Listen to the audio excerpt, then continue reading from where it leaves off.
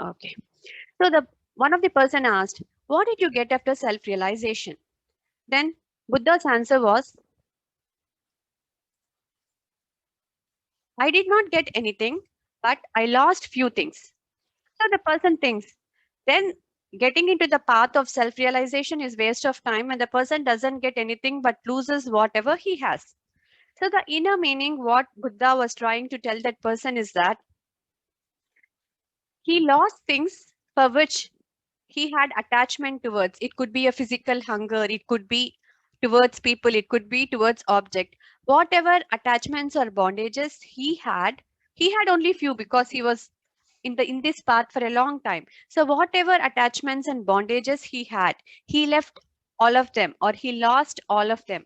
And that is the reason he said, I did not get anything out of this path, but I lost all these things, which made me realize that when I don't have attachments and bondages to things, I have got self realized. So my yardstick is the things to which I was craving for before, the things to which I was attached to before, doesn't anymore seem to be attached or create a bondage within me. So I'm a slave of nothing. So that was the thing that he tried to convey. So for a normal people, when we see it, the people of self-realized people, and when we really think, what is that this person gained? Actually, it is not something that appears from outside. It is an internal peace and bliss that the persons see within themselves. So we really cannot judge outside as what that person has gained out of this path.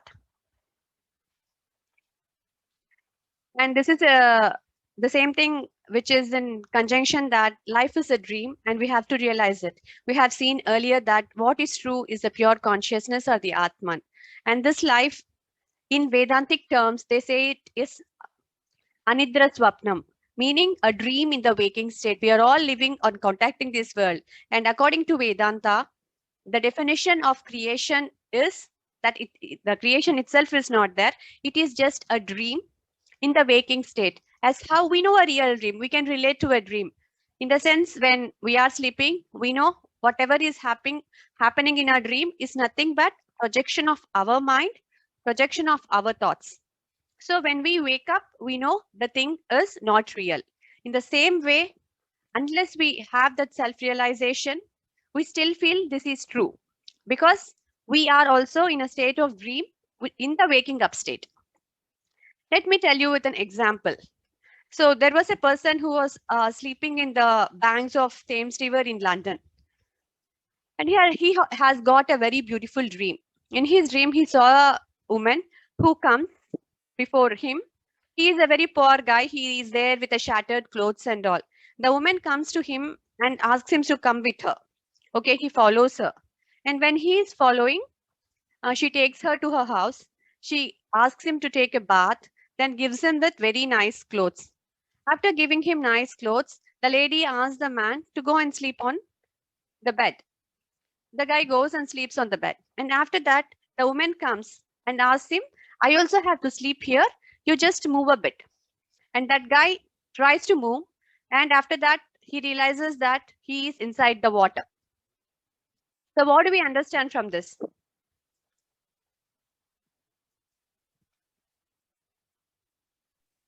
It was a dream, that lady who came and asked all the things. Yeah, it was a dream. And what he felt was real, but actually it was not real. He felt real and gave a physical reality, a move which is a physical reality, Yeah. a thing that is not real. And that ended up in Water. loss of And his there life. is Like he nothing. fell Yeah. down. Yeah, he fell in the Yeah. water and died actually. So it led in the destruction of life. This is an analogy which we can apply to the way they are saying that we are in an unreal world, which is the world which is unreal. And that we relate to it as real and we move all our actions assuming that it is real. And that is why we are getting stressed. So when we say that we are getting or we are not relating to the ultimate truth, it's because we can see that the natural state of us being the happiness and bliss, we are not able to maintain in the natural state because we are not aligning to the truth physically, mentally, and spiritually.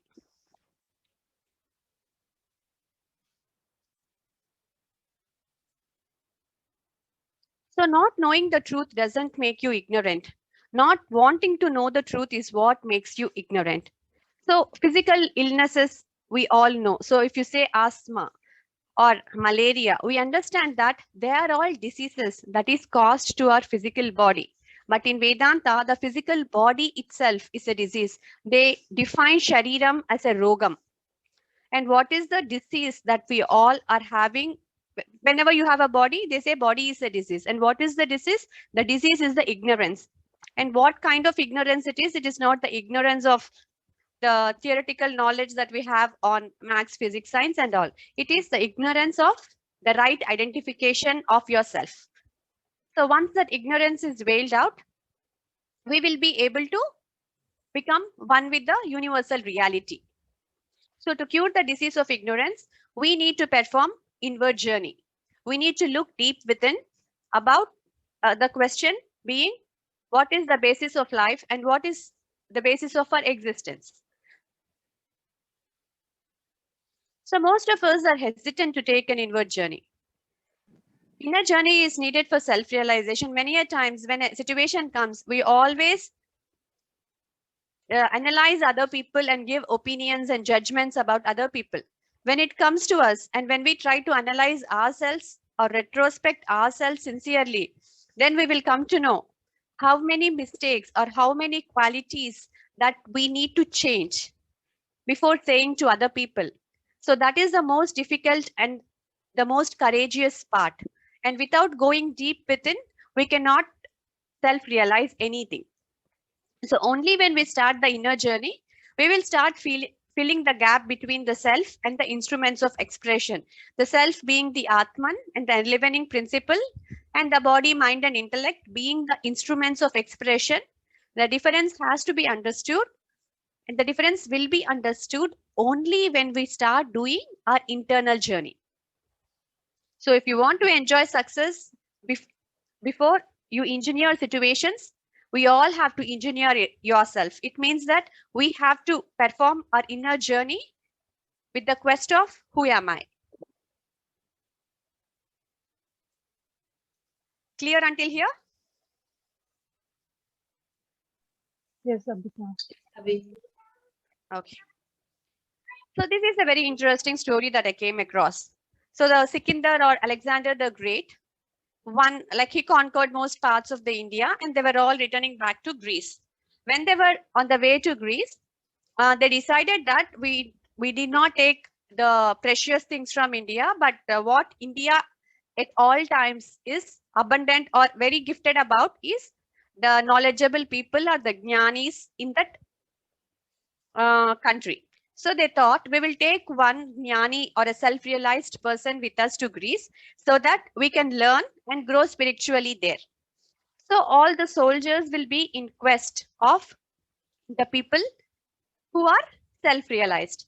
They will come across 2-3 people, and when the 2-3 people they see, when they ask the person, will you come to Greece? Those people readily accepts and says, yeah, we will come to Greece. Then the soldiers will understand that a self-realized person will not have any kind of desires, but these people showed a kind of desire to come. So they felt these people should not be a self-realized people. Then again, they went in search, and finally, after a long search, they found a person who was meditating under a tree with a wearing minimal clothes. Then they just went in front of him along with Alexander, and all the people around him started shouting, Alexander the Great, Alexander the Great. Okay, after a few shouts, the person who was meditating there just opened his eyes and smiled normally and said, what do you want? Then Alexander said, we are here to take you to Greece. We want you to come with us to Greece. And the person says, I have decided to live here and no one can move me from here. Until I think I want to move, no one else can influence me to take me out of this place. Then he gets very annoyed and he feels like insulted, and he raises his voice and shouts saying that if you're not going to come, I'm going to kill you. Then first thing he will say is, stop. You are saying that you are the conqueror of the world. But understand one thing. And he talks in a very, very soothing voice, which makes Alexander ask that, I have been so angry at you, and you are still speaking with me so politely. Don't you get angry at all? The person says, anger is my slave, and you conquering the whole world is of no use. You are a slave of my slave. Then what is the greatness that you possess? Then still he gets agitated only. He doesn't stop doing that. And he says that I'm going to kill you now. I'm going to take a sword. And he placed it on his neck and said, I'm going to kill you now if you are not going to come with me. Then that Jnani who is sitting under the tree says, is it so? You're going to kill me? Okay, kill. I will also see how you kill me. Then he totally get perplexed. What are you talking? I am saying that I am going to kill you, and you are saying that you will see how I am killing you. And how is that possible? Then he explains, what when you say you are killing only my physical body. And as a life, I will get out of this body when you kill. If not, I will never be killed. If you have to kill me, my life has to get out of the body. So when I am out of this body, I can witness everything. So I can witness you killing me also. So this understanding made Alexander realize that self-realized people have a total, complete understanding of the physical body, life in a different sense, and they live by it. And then he just falls on his leg, asks for apology, and goes back. So from this story, what we understand is that it is understood by many people in India or the yogis at many places who have seen a differentiation between their physical body and their life, and who have exited their physical bodies without harming it and consciously. It's not that they did not know they are leaving this body. They never call it as death. They call it as just leaving the body. And if it is the final time, they call it as Mahasamadhi. Whatever it is, they have exited the body voluntarily, consciously, without creating any kind of damage to the body. This is something that many of the yogis do. And so it is not a myth. So any questions or your thoughts on this story?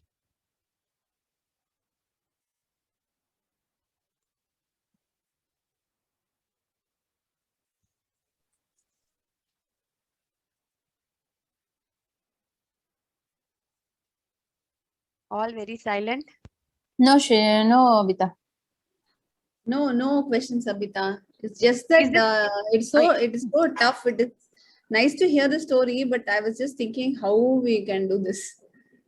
No, that's what. No, it's not something that comes immediately in a lifetime. The first thing is at least we have come into this journey and to understand the purpose of life. So this actually happens in 3 stages because you have asked, Uma, I'm telling you. So the first thing that we have to do, everything happens with the mind. So in yoga, there is a 3 process that we deal with the mind. First is called the cleansing or getting the purity of, we call it as Chitta Shuddhi. And second is called Chitta Ekagrata. And third is called Chitta Vishalata. So without Chitta Suddhi, you cannot have Chitta Ekagrata, and without that, you can not have Vishalata. So what do you mean by Chitta Suddhi is to have purity of mind. And when we say purity of mind, it is always to be in sattvic position or the sattvic guna, which means to have mental equilibrium. First thing that we are trying to build is Chitta Suddhi. In this life, if we aim for Chitta Suddhi and we are able to do that or get into that state, that itself will be a very big achievement, because that is the most difficult thing to achieve in the first place. So you can ask, like, how will I know whether I have become pure in my mind, whether I have achieved Chitta Shuddhi? It's very simple to understand. You see the whole day how it goes and feel your body's or the mental reactions. If your mind is always calm, composed, without any kind of restlessness, without any kind of agitations, even when the situations are not conducive outside, that means you have achieved the state of Chitta Shuddhi, which is an equanimous state of mind. These are all the concepts in Sankhya, which is the highest philosophy. But in the current path or in the current way where we are standing, if we aim the first step of Chitta Shuddhi, that itself will bring a tremendous change in our lives. Once you have Chitta Shuddhi, you sit for meditation, you do on a God or you do on anything, you attain Chitta Ekagrata only when you sit with Chitta Shuddhi. And once you attain the concentration of mind, then that will automatically take you to the Vishalata, which means a feeling that arises within you that you are one with the universe. You are not an individual being. You are the part of the universe and you are that Brahman. That realization will come after a certain point of time, after crossing the Chitta Ekagrata state. Thanks, Yeah, as you Abhita. said, it's nice to hear, but this is the highest thing because we are having this Sankhya as a philosophy here in the second chapter. I am explaining you all this. But for us to practice the first step, we are all aiming, at least we should aim to attain the Chitta Shuddhi, which is the purity of mind. Yeah, definitely. See, as long as the day is going well, it's within your comfort zone, your mind is definitely in a good space. But the minute there is a small problem or there is something which is outside your comfort zone, it definitely gets agitated. So if we are able to bring the equilibrium which you are talking about, then I think that itself is a great thing. Yeah. So how to do that? Karma Yoga is a perfect chapter. The Chitta Shuddhi is achieved through Karma Yoga. The Chitta Ekagrata is achieved through the Bhakti Yoga. The first 6 chapters helps us to understand how we get Chitta Shuddhi. And the next 6 chapters helps us to understand how we get Chitta Ekagrata. And the next 6 helps us to understand how we can realize or get that Chitta Vishalata. Chitta Vishalata, there is nothing to do. It's realization. So now we are in the first part. So it is a Chitta Shuddhi, is it now? Yeah, The the first 6 chapters, the first 2 chapters we have to leave because first is the Vishada Yoga and the second is the Sankhya Yoga, which is the highest philosophy. And Karma Yoga is the actual techniques of action. So from Karma Yoga, we can actually start how to act in this world, being the mere actors. How can you perform an action that will lead to a equanimity state or which will always keep you in Sattvic state of mind. Sattvic state of mind is nothing but having the purity of mind and also the equilibrium in the mind. So that is what is called Chitta Shuddhi. If you are able to always maintain your mental temperaments in Sattvic state, then we can say that we have achieved Chitta Shuddhi. Thanks, Abhita. Yeah. So any questions or doubts from anyone? Abhita, that means like we have to be always try to be calm and not think and do the things like, right? Something like that. It's not like being calm. It's just your actions will get you that Don't calmness. react That's what. immediately. So when we go through the third chapter, you will understand what they are talking about doing the actions, because this is not the Karma Yoga. We don't get principles here. But from the third chapter, you will understand how we should act. But it doesn't mean that you have to consciously be calm. By saying be calm, you cannot be calm because it adds more stress. You cannot Yes, yes. always say to be calm. The thing is, you have to understand the technique by which you act so that you never feel agitated. Okay. Yeah, it's the right technique of action that will bring you to the state of samatvam. They call it as samatvam. Even in second chapter, we will get samatvam yoga uchyate. What is yoga? They tell yoga is nothing but samatvam. Having the equanimity or mental equipoise is yoga.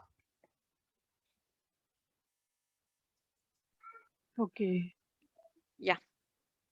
And this is another story from Bhagavan Ramana Maharshi. This also like how self-realized people really used to see a clear difference between their body and the life. In his stories, it's given that he used to meditate in such a way that there will be a lot of rats and few other small creatures that used to bite him and get the flesh out of his body.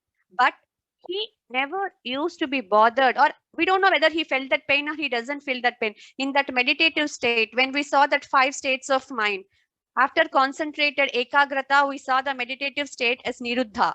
When your mind becomes niruddha state and when your mind becomes in a complete meditative state, then they say that you can expand your sensitivity or you can contract your sensitivity, meaning that when do we feel pain in our physical body?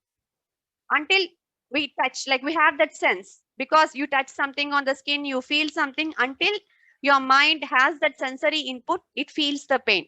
If there is no sensations in your body, you will not feel pain. For example, see, if the connection is cut off through anesthesia, even though your body is cut, whatever is done, we don't feel the pain at that part until the anesthesia wards off and the mind starts feeling the pain. These people, with their meditative capability, curtail the sensations in such a way that they never felt anything in the physical body, whatever was happening. Their mind was so engrossed without any external anesthesia or anything, they could get that kind of thing. And even I read few in the Ramakrishna mission, there was one monk who actually went for a surgery and asked the doctor not to give anesthesia, and he got the surgery done.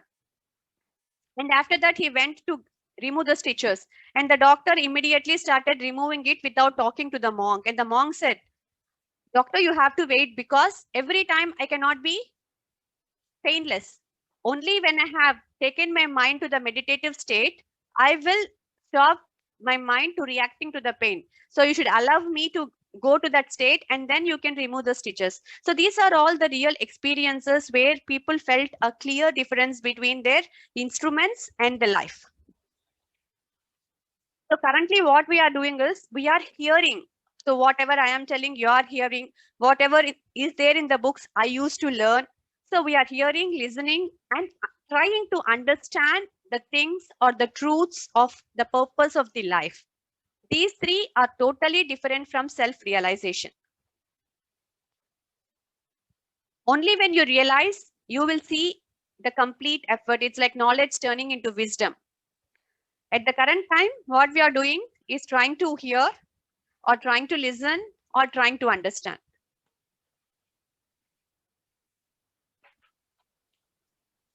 It is the same way. If, for example, if a person, if supposing that there is a correspondence course to learn swimming, if a person learns swimming through the correspondence course and he gets a PhD in swimming, and then because that person has got a doctorate in swimming, we take that person and put into the water or a sea, in a sea or water or in an ocean. Will that person be really able to swim? Because he has PhD? Not that He cannot swim because he has not gained that practical knowledge to swim. He knows theoretically, okay, butterfly stroke, this stroke, that stroke. Yeah, move your hands like this, move your this. He completely knows what is there in swimming. How does it work? But he has never been to water. In the same way for us, if you take the example of well inside a water, we all try to dig deep to get the water. From where does the water come? Does the water come from the hands of the people who are digging? Does the water come from somewhere else? Or does the water come from the same place where it is dug? Same place, deep inside the water will come. Deep inside the water. The same thing is the realization. When we start to realize outside, nothing can be seen, but like how the water is coming from deep within, the realization will come also from deep within. What I meant to say is that we are trying to learn from scriptures, we are trying to learn from the realization will not come from any one of them. Only when the knowledge that we have gained, we apply it internally, then the realization will come within. Not the knowledge doesn't take you to realization. They all aid. It might be gurus, it might be anyone. They all help us to in the processes, how the persons are helping to dig the well. That person cannot give water by himself, but that person helps to dig the ground deep so that we get water. In the same way, the externally whatever help we are taking to follow this path will help us to realize, and that realization will be from within us only. So these are the two quotes from Bhagavan Ramana Maharshi, which I felt is relevant for this topics that we are discussing. So he says that the consciousness is the only reality, which we saw in the couple of weeks classes, that we have seen that pure consciousness is the only reality. So whatever we call it as waking state, it is not just waking state. It is consciousness plus waking. We call it as waking. Consciousness plus sleep, we call it as sleep. And consciousness plus dream, we call it as dream. So it is like a screen on which all the images come and go. The screen is always there, but only the images come and go. So the screen is real. The pictures are just shadows on it. And coming about realization, it is not acquisition of anything new, nor it is a new faculty. So when we are talk about realization, there is nothing for us to bring something new. It's just we have to remove the camouflage, meaning that we have to work towards removing the ignorance, which is ahamkara, which is the identity of I, the right I. When I say I, what are we really meaning? When we remove that camouflage, the truth is simple, because the truth is already there. It's just that you have to remove that layer that is covering from knowing the truth, which is the ignorance, the maya or illusion. So there is nothing new that we have to do. We have to just work inside, using our faculties, first through mind, then to intellect, and then transcend them to attain the ultimate reality, which is we are one with the universe. I have a doubt here, Abhita. Yeah. Regarding the first quote of Ramana Maharishi, he's saying that consciousness plus dream we call dream. But Yeah. we say dream comes in a sleep state, right? And Even you are sleeping, yeah. when we are in Yeah. sleeping, we are not conscious. So how can we be conscious? How can there be consciousness while we are dreaming? Then that's not a dream, right? That's imagination then. No. The consciousness that here what we are sleeping is the consciousness, which is the pure consciousness, which is the source of light behind your all actions. And the consciousness you are talking about is the consciousness of knowing, right? The physical consciousness is what you are talking about. But the consciousness which is here that Ramana Maharshi is quoting is the self. So even when you sleep, you are alive or not? Not clear, Abhita. Even when you sleep, are you alive or not? Yeah, I'm alive, but I'm not aware that I'm alive, right? I'm in deep sleep, so I'm not aware. The minute I wake up, I know that I'm alive. But when I'm sleeping, I don't know whether I'm alive. You don't know whether you are alive or not, but are you experiencing the dream? Who is experiencing the dream? Abhita, this is like the consciousness which Swamiji explained in the Yes, previous exactly. videos we saw, right? Yeah, the same thing. So Uma, you are sleeping, but are you experiencing your dream? Yeah. Who is that is experiencing? That You just mean only experiencer. the self. Yeah, that is the self that we are talking about. The self is, what are you referring to? See, when you are dreaming, you know you were dreaming, right? You experience the whole dream. Right. Yeah. Yeah. Now it's getting clear. Yeah. Yeah. So this consciousness or the self we call in Sanskrit as Turiya. Turiya is which is transcended above the three states of waking state, dream state, and even the deep sleep state. Not only the dream, even in deep sleep, when you have no thoughts and projection of your mind, still at that point, the consciousness still is there as a witness to see all the states. Okay. Yeah. That's why So we this call it as consciousness, this Yeah. consciousness is there even when we are not alive? The consciousness will always be there. We will see the exact thing. Consciousness is like a sunlight. Sunlight is there everywhere. So consciousness is omnipresent. The Brahman is omnipresent. The consciousness which we call in different terms or names, this will always be there. But it needs a material to express. So the consciousness cannot express itself as electricity cannot express without a bulb. Yeah, now I get that example. Yeah, Yeah. Swamiji's example, as she said, yes, that I Yeah. remember. Yeah, right. The consciousness is always there. Even though life is there, the expression is there or not there, this consciousness is present in all the living and non-living things. That's why we call it as omnipresent. Right. Thanks, Abhita. Yeah. So that is the same consciousness that Ramana Maharshi is speaking about here.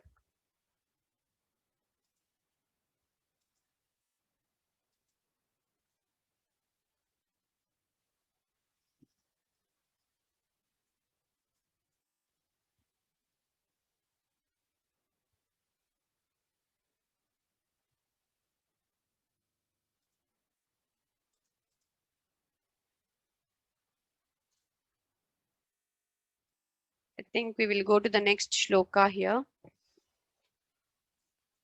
From 18, we will start. This is a new one. Antavanta ime deha nityasyokta sharirinaha anashino prameyasya tasya tasmadhyudyasva bharata. So here Lord Krishna is again continuing. These bodies of the embodied one, which is not subject to change, which is indestructible and which is not available as an object of knowledge, are said to be subject to end. Therefore, you go and fight. There is nothing for you to worry because the whatever is embodied, the self is embodied inside the physical body. So the self is not subject to change, because in the previous verses we saw that that is eternal, that is changeless, and that is real. So that is not at all subject to change. And so by destroying the physical body, you are not destroying anything. The life or the self is going to be there. So you don't worry about it, Arjuna. You go and start fighting.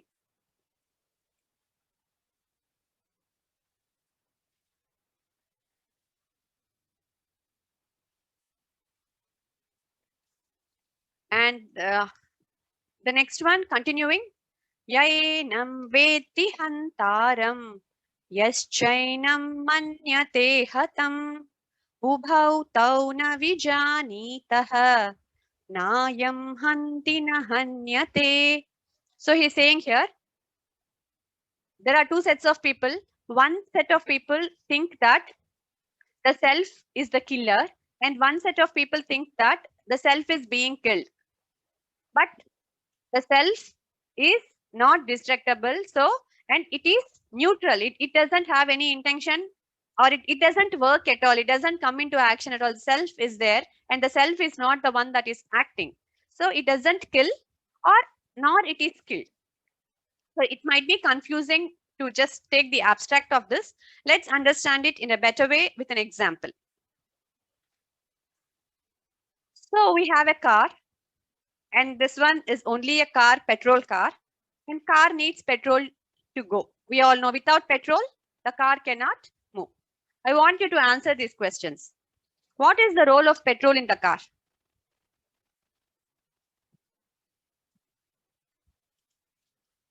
It is the fuel. It helps the car to move, to operate, to be active and operational. Okay. So in a nutshell, it provides energy for movement. Can the car run without petrol? No. We have everything in the car except petrol. Can the car run? No. No. Okay. Is petrol responsible for car's movement? In the meaning that the car should go forward, the car should go backward, or it should go sideways, it should stop, it should start. Is petrol responsible for car movement? No. No, not at all. No. Okay. So does petrol determine the power of the car?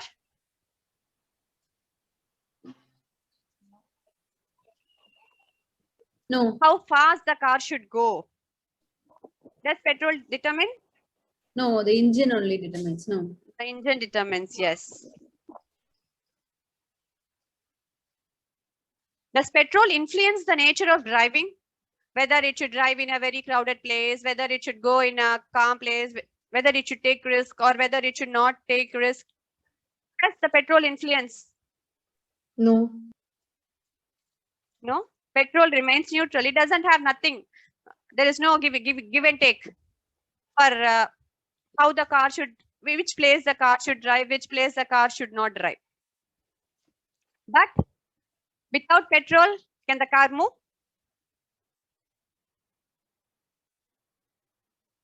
No. The same analogy just apply to the verse that Lord Krishna said.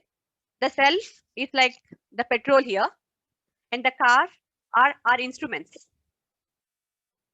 Without petrol, instruments cannot work, but petrol has nothing to do with how the instruments are working. It just facilitates the instruments to work. Abhita, instrument means our body, right? Body, mind, and Self. intellect. Yeah. Self means the consciousness. Yes. The Atman or Brahman, what you say. Yes, yes. Okay. So it's comparing to this analogy. We get it like, it's very easy to understand. That's why I put this example. So without a petrol, car cannot move. And when you take the role of petrol in the car's movement or the car's action, it doesn't have any part in how the car goes, how the car behaves, and where the car goes. The speed depends upon the engine. The other things like in which road it has to go, is it going in a risky place or not, again depends upon the driver of the car.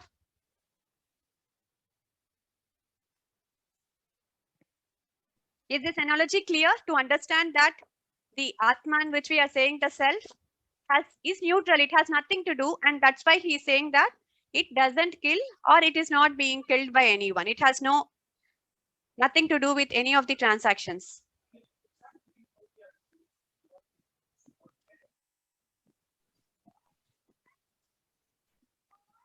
Is it clear? Okay. Or any A bit doubts on this? confused, Abhita. What is the confusing point, Bindu? The petrol, the example is very clear actually. Yeah. So, but the soul is the petrol here, right? Yeah, the Atman, the self which we are saying is the is like the petrol. Is like the analogy, you can relate the self to the petrol. Then the intellect, all that is the other factors here then. Car is the instruments, meaning the body, mind, and intellect comes under the car. Okay, okay. Yeah. Now, actually, the example is very good, very clear. Actually, the car example. So I when I was say trying to compare it to yeah. ourselves. I was just trying to. Yeah. The car comes under the instruments like the BMI, all the three, the body, mind, and the intellect. Yes, body, mind. Okay, yeah.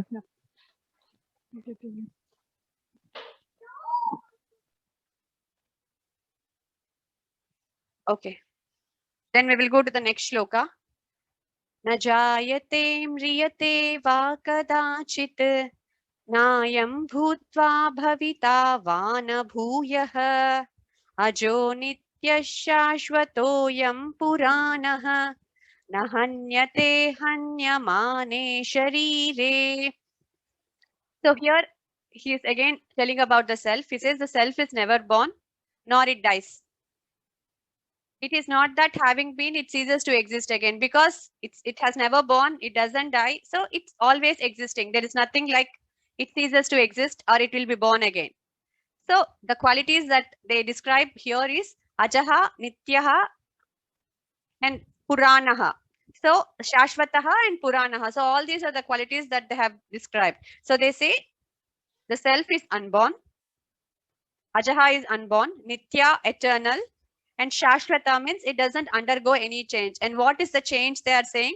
So if you take the body undergoes different phases of life, meaning we are born, then we grow, then again we get old, then again we die. So there is a 6 or 7 step process that goes in our cycle of the physical body changes. In the same way, when you take the mind is also changing.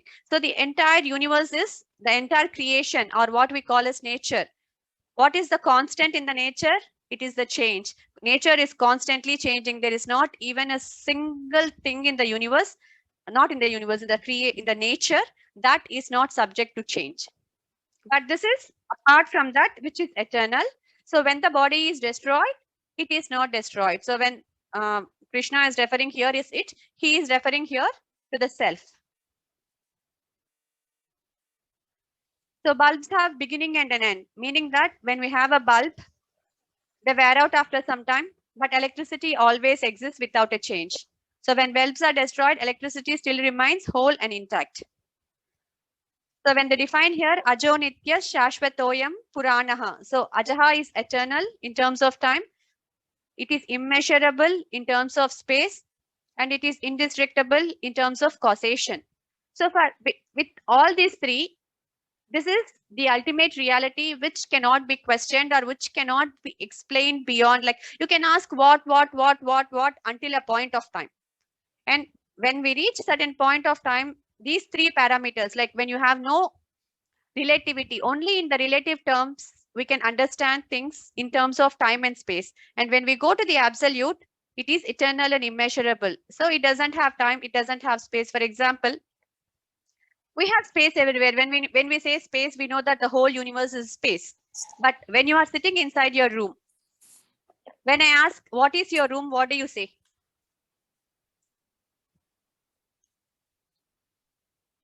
How do you define your room?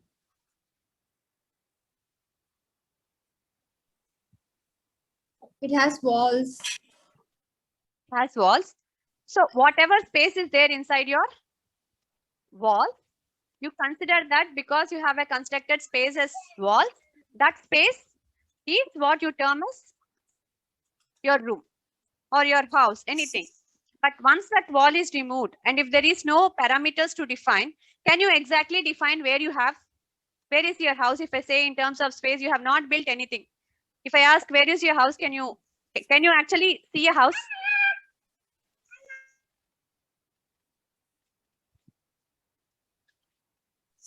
No, we cannot. We cannot. So when we say here in terms of time and in terms of space, the self is beyond time, beyond space. It doesn't have, the time starts with creation, or when we enter into the world of relativity, we call it as Einsteinian quality of time and space. When we enter the relativity, then only the time and space starts. And for the self, which is above the relativity, which is the absolute, has no time and space. And it is indestructible in terms of causation, because it itself is the causation. It is the cause. It cannot have we cannot ask what is the cause for a causation. Inside the causation, you can analyze cause and effect. But for a causation, you cannot look for a cause, because that itself is the causation.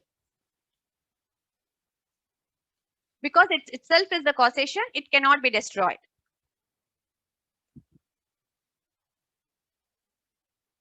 So these are the four same qualities which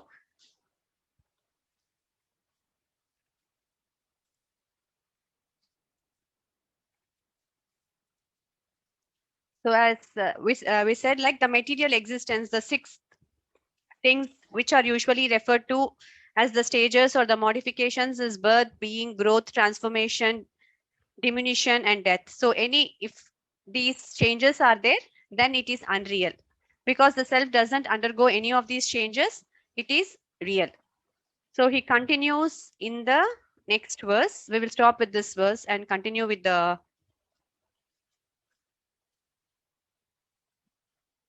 the 22nd verse in the next class. Veda vinashinam nityam ya enamajamavyayam katham sapurushah partha tam ghatayati hantikam. So he refers to the previous verse and says, the one which is indestructible, which is timeless, unborn, and not subject to any kind of decline. How and whom does the person kill?